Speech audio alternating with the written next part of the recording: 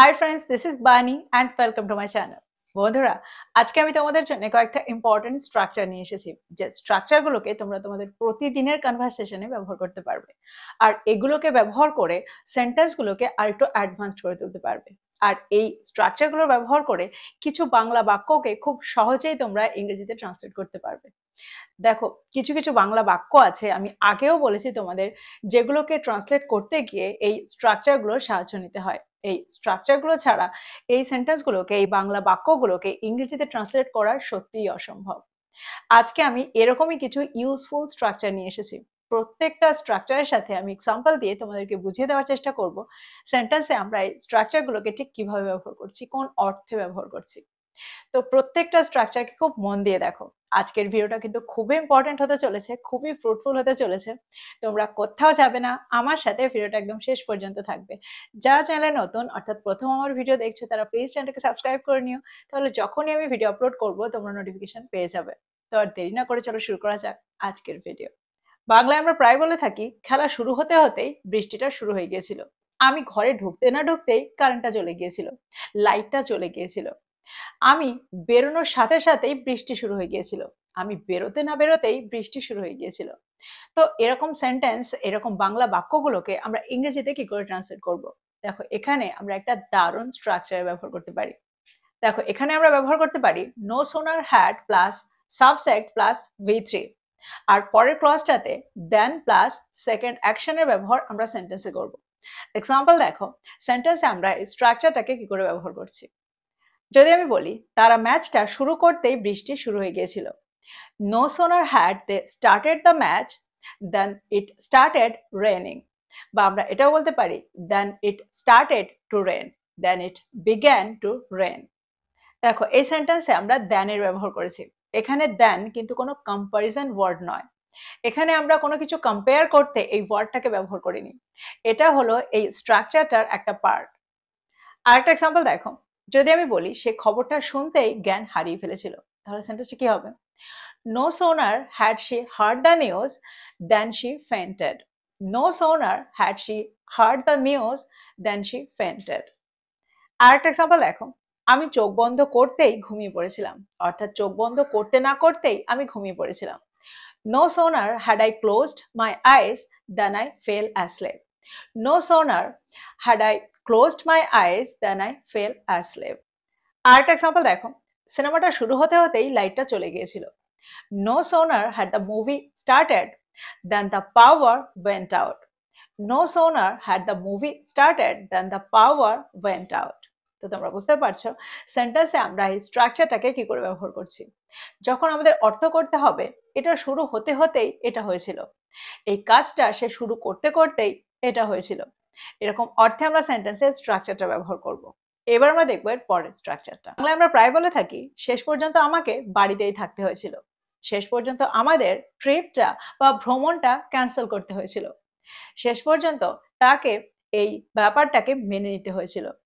অর্থাৎ যখন আমরা শেষ পর্যন্ত বা শেষমেশ এরকম অর্থ করতে চাইবো, তখন আমরা সেন্টেন্সে কোন স্ট্রাকচার ব্যবহার করব? দেখো, এখানে আমরা ব্যবহার করব এন্ডেড আপ। এক্সাম্পল দেখো, যদি আমি বলি শেষ পর্যন্ত আমরা ভ্রমণটা বাতিল করেছিলাম, we ended up canceling the trip. We ended up canceling the trip. সেন্টেন্সটাকে খুব ভালো করে বোঝো, স্ট্রাকচারটাকে খুব ভালো করে বোঝো।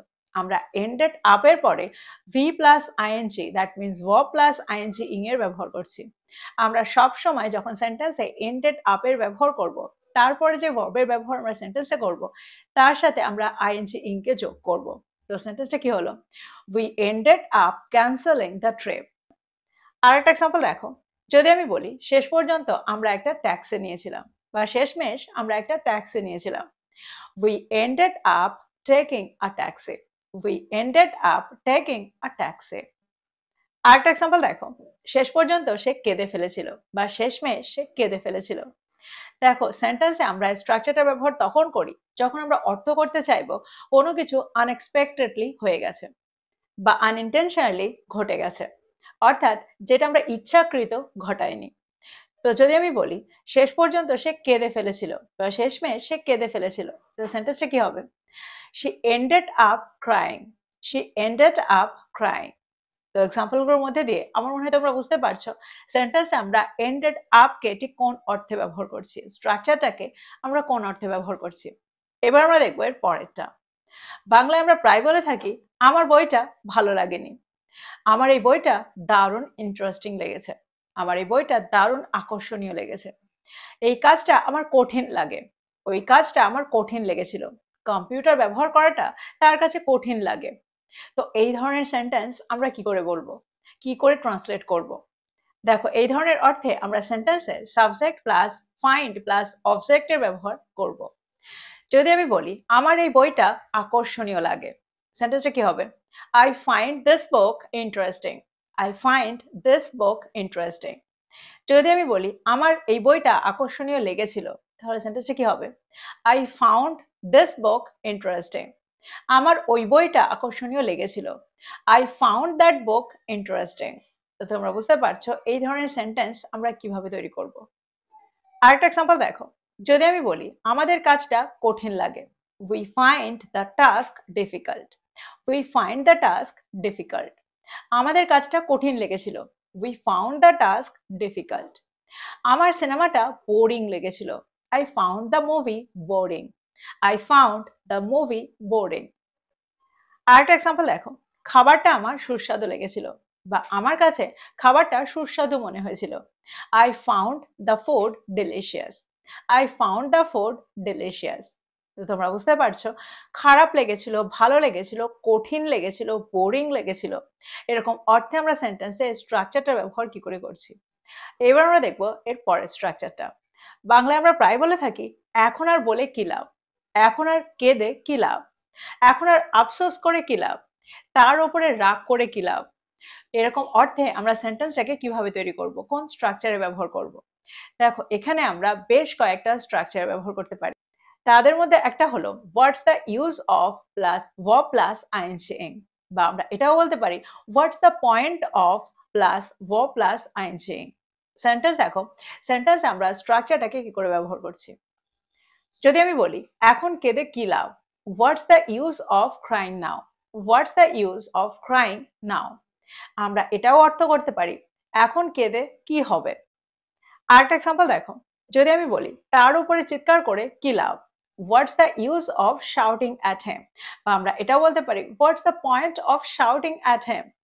অর্থাৎ তার উপরে চিৎকার করে কি লাভ, তার উপরে চিৎকার করার কি মানে, তার উপরে চিৎকার করে কি হবে, এরকম অর্থে আমরা সেন্টেন্সের স্ট্রাকচারটা ব্যবহার করছি। আরেকটা এক্সাম্পল দেখো, যদি আমি বলি অন্যদের দোষ দিয়ে কি লাভ, what's the use of blaming others, what's the use of blaming others, বা what's the point of blaming others. আরেকটা এক্সাম্পল দেখো, যদি আমি বলি প্রতিদিন অভিযোগ করে কি লাভ, what's the use of complaining everyday, what's the use of complaining everyday. তো তোমরা বুঝতে পারছো সেন্টেন্সগুলোকে আমরা ঠিক কিভাবে তৈরি করছি। এখানে আমরা হোয়াটস দ্য পয়েন্ট অফ এরও ব্যবহার করতে পারি। আমরা সেন্টেন্সটাকে একটু অন্যভাবেও বলতে পারি। যদি আমি বলি তার উপর চিৎকার করে কোনো লাভ নেই, there is no use of shouting at him, there is no use of shouting at him. তো এক্সাম্পলগুলোর মধ্যে দিয়ে আমার মনে হয় তোমরা বুঝতে পারলে সেন্টেন্সে আমরা স্ট্রাকচারটাকে কি করে ব্যবহার করছি, কত সহজভাবে আমরা এই ধরনের সেন্টেন্স এই স্ট্রাকচারটা দিয়ে ট্রান্সলেট করতে পারি। এবার আমরা দেখবো এর পরের স্ট্রাকচারটা। বাংলায় আমরা প্রায় বলে থাকি আমার এই কাজটা শেষ হতে আরো 1 ঘন্টা লাগবে, আমার বাড়িতে পৌঁছাতে কিছুটা সময় লাগবে, তোমার এটা করতে আর কত সময় লাগবে। তো এরকম অর্থে আমরা সেন্টেন্সে কোন স্ট্রাকচার ব্যবহার করব। দেখো এখানে আমরা ব্যবহার করব take time, it takes time, it will take time. Sentence দেখো, সেন্টেন্সের মধ্যে দিয়ে তোমরা আরো ভালো করে বুঝতে পারবে। যদি আমি বলি ইংরেজি শিখতে সময় লাগে, ইট takes time to learn English, it takes time to learn English. আরেকটা এক্সাম্পল দেখো, অভ্যাস পরিবর্তন করতে সময় লাগে, ইট takes time to change habits, it takes time to change habits. যদি আমি বলি এটা শেষ করতে আমার আরো 1 ঘন্টা লাগবে, আর 1 ঘন্টা লাগবে, সেন্টেন্সটা কি হবে? It will take me another hour to finish this, it will take me another hour to finish this। যদি আমি বলি এটা শেষ করতে আমার কিছুটা সময় লাগবে, তাহলে সেন্টেন্সটা কি হবে? It will take me some time to finish this, it will take me some time to finish this. যদি আমি বলি বাড়িতে আসতে তোমার কত সময় লাগবে, How long will it take you to get home? How long will it take you to get home? তো এক্সাম্পলগুলোর মধ্যে দিয়ে তোমরা বুঝতে পারছো এই ধরনের সেন্টেন্স আমরা কত সহজে তৈরি করতে পারি টেক টাইমের ব্যবহার করে। এটা ছাড়া, এই স্ট্রাকচারটা ছাড়া আমরা এই ধরনের সেন্টেন্স তৈরি করতে পারি না। তো এই ছিল কিছু ইম্পর্টেন্ট স্ট্রাকচার, যেগুলোর ব্যবহার জানা সত্যিই খুব দরকার, আর যেগুলোর ব্যবহার জানলে প্রচুর বাংলা সেন্টেন্সকে ইংরেজিতে ট্রান্সলেট করা যায়। তো প্রত্যেকটা স্ট্রাকচারকে নোট ডাউন করো আর এগুলো দিয়ে প্রচুর সেন্টেন্স তৈরি করো। দেখো, আজকে আমি এক একটা স্ট্রাকচারের সাথে বেশ কিছু এক্সাম্পল দিয়ে তোমাদেরকে বুঝিয়ে দেওয়ার চেষ্টা করেছি। আর এখন শুধু দরকার আরো কিছু নতুন সেন্টেন্স তৈরি করার। তো প্রত্যেকটা স্ট্রাকচারকে নোট ডাউন করো আর এগুলো দিয়ে বেশ কিছু সেন্টেন্স তৈরি করো, আর সেগুলোকে তোমাদের প্রতিদিনের কনভারসেশনে ইনক্লুড করো। তো এই ছিল আজকের ভিডিও, এই ছিল আজকের টপিক। ভিডিওটা ভালো লাগলে লাইক করতে ভুলে যেও না, বন্ধুদেরকে শেয়ার করো যারা ইংরেজি শিখছে। So this is all about today. I will be back with another video. Till then, take care. Thank you for watching this video. Bye bye.